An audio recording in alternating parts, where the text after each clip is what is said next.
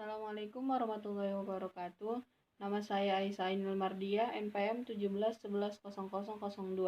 Baiklah, di sini saya akan mempresentasikan proposal penelitian saya yang berjudul Analisis Penggunaan Media Online Terhadap Keaktifan Belajar Siswa Kelas 11 IPA SMA Negeri 1 Angkola Selatan di masa pandemi COVID-19. Baiklah, langsung saja, yaitu bab 1 pendahuluan, latar belakang masalah. Pembelajaran merupakan sebuah proses yang dilakukan oleh pengajar untuk memberikan bimbingan, bantuan, dan pengarahan kepada siswa untuk memiliki keahlian dalam belajar.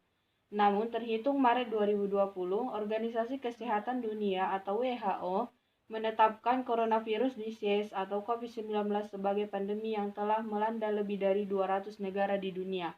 Sebagai langkah antisipasi penyebaran COVID-19, pemerintah Indonesia melakukan beberapa tindakan, mulai dari kegiatan di rumah saja. Seperti yang dijelaskan menurut Kasmir tahun 2020 halaman 156, mengatakan bahwa pembelajaran daring bagi sebagian orang di Indonesia mungkin masih dianggap baru. Adapun dalam kesehariannya tanpa disadari bahwa mereka telah melakukan kegiatan yang berhubungan dengan kegiatan daring.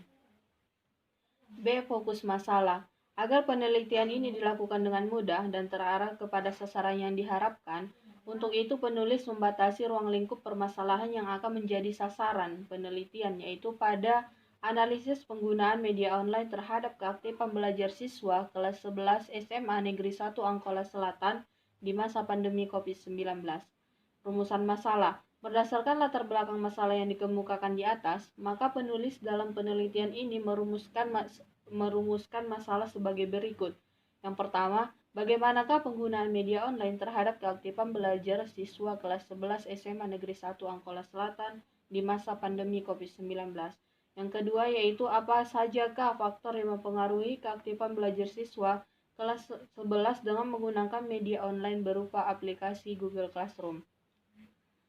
Adapun tujuan penelitian dan manfaat penelitian, yaitu tujuan dari penelitian yang dilakukan penulis yaitu untuk mengetahui bagaimana penggunaan media online terhadap keaktifan belajar siswa kelas 11 IPA SMA Negeri 1 Angkola Selatan di masa pandemi COVID-19.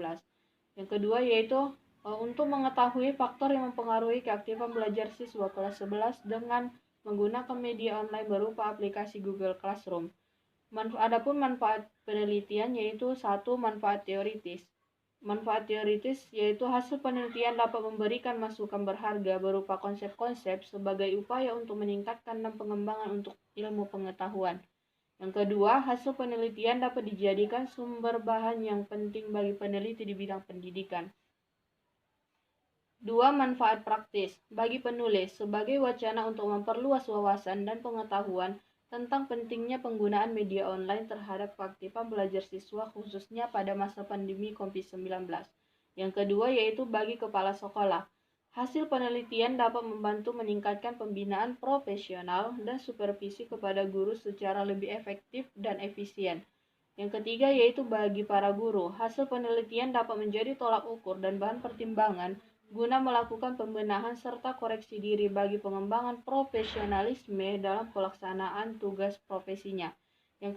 Selanjutnya, yaitu bagi siswa, dapat meningkatkan hasil belajar serta meningkatkan prestasi belajar siswa, sehingga siswa tidak merasa jenuh dan bosan saat proses belajar di rumah secara online. Bab 2, kajian pustaka. Landasan teorinya yaitu 1. Belajar dan pembelajaran. Belajar adalah suatu tahapan perubahan tingkah laku individu yang dinamis sebagai hasil pengalaman dan interaksi dengan lingkungan yang melibatkan unsur kognitif, afektif, dan psikomotorik. Sedangkan pembelajaran merupakan suatu kegiatan yang melibatkan seseorang dalam upaya memperoleh pengetahuan, keterampilan, dan nilai-nilai positif dengan memanfaatkan berbagai sumber untuk belajar. Yang kedua, yaitu pembelajaran biologi. Pembelajaran biologi hendaknya diterapkan sesuai dengan hakikat biologi sebagai sains meliputi minds-on atau kognitif, afektif, dan hands-on psikomotorik. Pembelajaran biologi pada hakikatnya merupakan suatu proses untuk mengantarkan siswa ke tujuan belajarnya, dan biologi itu sendiri berperan sebagai alat untuk mencapai tujuan tersebut. Yang ketiga yaitu pembelajaran jarak jauh di masa pandemi. Pembelajaran jarak jauh atau distance learning adalah pembelajaran di mana antara pelajar atau siswa dan mahasiswa dengan pembelajar, guru atau dosen tidak berada dalam satu tempat pada waktu yang bersamaan. Menteri Pendidikan dan Kebudayaan Nadiem Anwar Makarim mengajak seluruh pemangku kepentingan di dunia pendidikan untuk tetap melakukan pembelajaran, meskipun dengan langkah kecil dan sederhana di tengah pandemi coronavirus disease atau COVID-19. Pelaksanaan pembelajaran di rumah oleh guru harus menyediakan beberapa ketersediaan sarana pembelajaran, yaitu menyiapkan rencana pelaksana pembelajaran jarak jauh, fasilitas pembelajaran jarak jauh atau daring. Keaktifan belajar adalah suatu tingkah laku yang didorong oleh kemauan untuk belajar karena adanya suatu tujuan yang ingin dicapai, sehingga di dalam kegiatan pembelajaran, peserta didik dituntut untuk selalu aktif dalam mengolah dan memproses perolehan belajarnya. Menurut Mulyasa 2007 halaman 100. Menurut Hamalik 2009 halaman 172 membagi aktivitas belajar ke dalam 8 kelompok kegiatan, yaitu kegiatan visual yaitu membaca, melihat gambar, mengamati demonstrasi dan pameran. Yang kedua ada kegiatan lisan yaitu mengemukakan suatu fakta atau prinsip, menghubungkan suatu kejadian, mengajukan pertanyaan maupun memberikan saran. Yang ketiga yaitu kegiatan mendengarkan yaitu mendengarkan penyajian bahan, mendengarkan percakapan atau diskusi kelompok. Yang keempat yaitu kegiatan menulis, yaitu menulis cerita, menulis laporan, memeriksa karangan, dan lain sebagainya. Selanjutnya yaitu kegiatan menggambarkan, yaitu menggambarkan sebuah grafik, chart, diagram, peta maupun pola. Yang selanjutnya itu kegiatan metrik, yaitu melakukan percobaan, kegiatan mental sebagai upaya merenungkan, mengingat, memecahkan masalah, menganalisis faktor-faktor, dan lain sebagainya. Dari beberapa pendapat ahli di atas, dapat disimpulkan bahwa peserta didik dikatakan aktif jika memenuhi 5 bentuk keaktifan, yaitu keaktifan visual, keaktifan mendengar, keaktifan lisan, keaktifan menulis, dan keaktifan mental. Kerangka berpikir. Dalam proses belajar mengajar, guru berperan sebagai fasilitator dan motivator, membantu dan memberikan kemudahan agar siswa mendapat pengalaman belajar yang sesuai kebutuhan dan kemampuan siswa, sehingga menjadi interaksi aktif antara guru dengan siswa. Di masa pandemi saat ini, pemerintah menganjurkan proses pembelajaran dilaksanakan secara online dengan menggunakan aplikasi Google Classroom, akan tetapi sebagian besar keaktifan siswa tidak terpenuhi, baik keaktifan visual, keaktifan oral, keaktifan maupun keaktifan lainnya. C. Penelitian yang relevan. Penelitian yang relevan menurut yaitu ada dari Nazia, Maula, dan DKK tahun 2020 volume 7, yaitu melakukan penelitian berjudul Analisis Keaktifan Belajar Siswa Semasa Pembelajaran Daring pada Masa COVID-19 di Sekolah Dasar. Yang kedua yaitu Mustaqim 2020 dengan judul Penelitian Efektivitas Pembelajaran Daring Menggunakan Media Online Selama Pandemi COVID-19 pada Mata Pelajaran Matematika. Dari uraian penelitian dapat dilihat bahwa dengan menggunakan media online terdapat beberapa hasil yang bervariasi. Bab 3 Metodologi Penelitian. A. Tempat dan waktu penelitian. Penelitian ini dilaksanakan di SMA Negeri 1 Angkola Selatan, Kecamatan Angkola Selatan, Kabupaten Tapanuli Selatan. Alasan penulis memilih SMA Negeri 1 Angkola Selatan sebagai lokasi penelitian yaitu peneliti ingin mengetahui bagaimana analisis penggunaan media online terhadap keaktifan belajar siswa di masa pandemi COVID-19 saat ini. Yang kedua juga yaitu peneliti ingin mengetahui sepengetahuan penulis, belum ada yang mengkaji masalah yang berhubungan dengan judul penggunaan media online terhadap keaktifan belajar siswa di SMA Negeri 1 Angkola Selatan.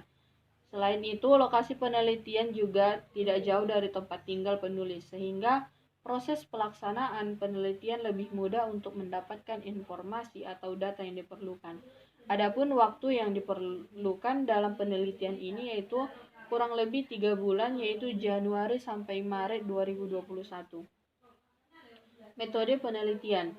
Rangkuti 2016 halaman 6 mengatakan bahwa metode adalah cara menerapkan prinsip-prinsip logis terhadap penemuan, pengesahan, dan penjelasan tentang suatu kebenaran. Menurut Rangkuti 2016 halaman 14-16 menguraikan penelitian menurut metode, yaitu penelitian survei, penelitian ex post facto, penelitian eksperimen, penelitian naturalistik, dan penelitian research. Penelitian ini menggunakan pendekatan kualitatif sesuai dengan salah satu karakteristik penelitian kualitatif, yaitu untuk mengeksplor sebuah permasalahan atau fenomena sosial dan mengembangkan pemahaman yang spesifik dari suatu fenomena. Merriam 1998.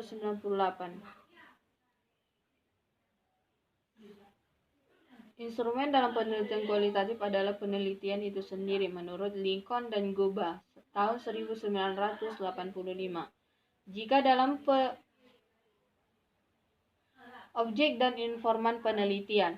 Objek penelitian yaitu siswa kelas 11 IPA SMA Negeri 1 Angkola Selatan. Yang kedua yaitu adapun informan yang peneliti jadikan sebagai narasumber, diantaranya kepala sekolah dan guru mata pelajaran biologi. D. Data dan sumber data. Menurut Loveland dan pada tahun 1984 halaman 47, sumber data utama dalam penelitian kualitatif ialah kata-kata dan tindakan, selebihnya adalah data tambahan seperti dokumen dan lain-lain. Sumber data utama dicatat melalui catatan tertulis atau melalui perekaman video atau audio tapes, pengambilan foto atau film. Teknik pengumpulan data. Metode pengumpulan data yang dilakukan dalam penelitian ini adalah studi kepustakaan, observasi, dan wawancara. Untuk F, teknik keabsahan data, yaitu terdiri dari kepercayaan atau credibility. Yang kedua, triangulasi. Yang ketiga, memperpanjang pengamatan. Keempat, pemeriksaan sejawat. Kelima, kebergantungan atau dependability. Yang selanjutnya yaitu kepastian atau confirmability. Teknik analisis data. Analisis data adalah proses mencari dan menyusun secara sistematis data yang diperoleh dari hasil wawancara, catatan lapangan, dan dokumentasi dengan cara mengorganisasikan data ke dalam kategori, menjabarkan ke dalam unit-unit, melakukan sintesa, menyusun ke dalam pola, memilih mana yang penting dan yang akan dipelajari, dan membuat kesimpulan sehingga mudah dipahami oleh diri sendiri maupun orang lain. 2010 halaman 244. Dalam penelitian ini, peneliti akan menggunakan model analisis data yang dikemukakan oleh Miles and Huberman, yaitu reduksi data, penyajian data, dan verification. Sekian penjelasan dari saya, kurang dan jagalnya saya minta maaf. Saya akhiri dengan salam. Assalamualaikum warahmatullahi wabarakatuh.